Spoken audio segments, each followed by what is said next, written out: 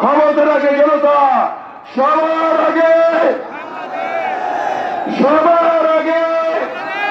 সকলকে ধন্যবাদ। বাংলাদেশ জিন্দাবাদ। এই পর্যায়ে বক্তব্য জানাচ্ছে বাংলাদেশ জাতীয়তাবাদী দল কেন্দ্রীয় নির্বাহী কমিটির বিপ্লবী যুগ্ম মহাসচিব আলোয়ানা ধোয়া থেকে বিএনপি মনোনীত প্রার্থী সৈয়দ ইমরান সালেহ প্রিন্স। বিসমিল্লাহির রহমানির রহিম। প্রিয় ময়মনসিংহবাসী, আসসালামু আলাইকুম এবং শুভেচ্ছা।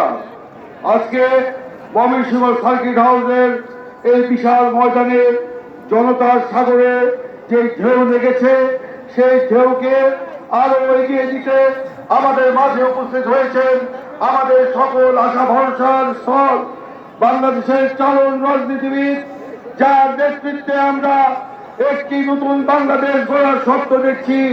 আমাদের প্রিয় নেতা, বিএনপির চেয়ারপারসন, চেয়ারম্যান দেশ নায়ক জনাব তারেক রহমান। উপস্থিত আছেন আমাদের প্রিয় ভাবি এবং আমাদের ময়মনসিংহ বিভাগের কুতুব ডক্টর জুবাইদা রহমান, তাকেও আমরা অভিনন্দন জানাচ্ছি। এবং আমাদের মঞ্চের দলের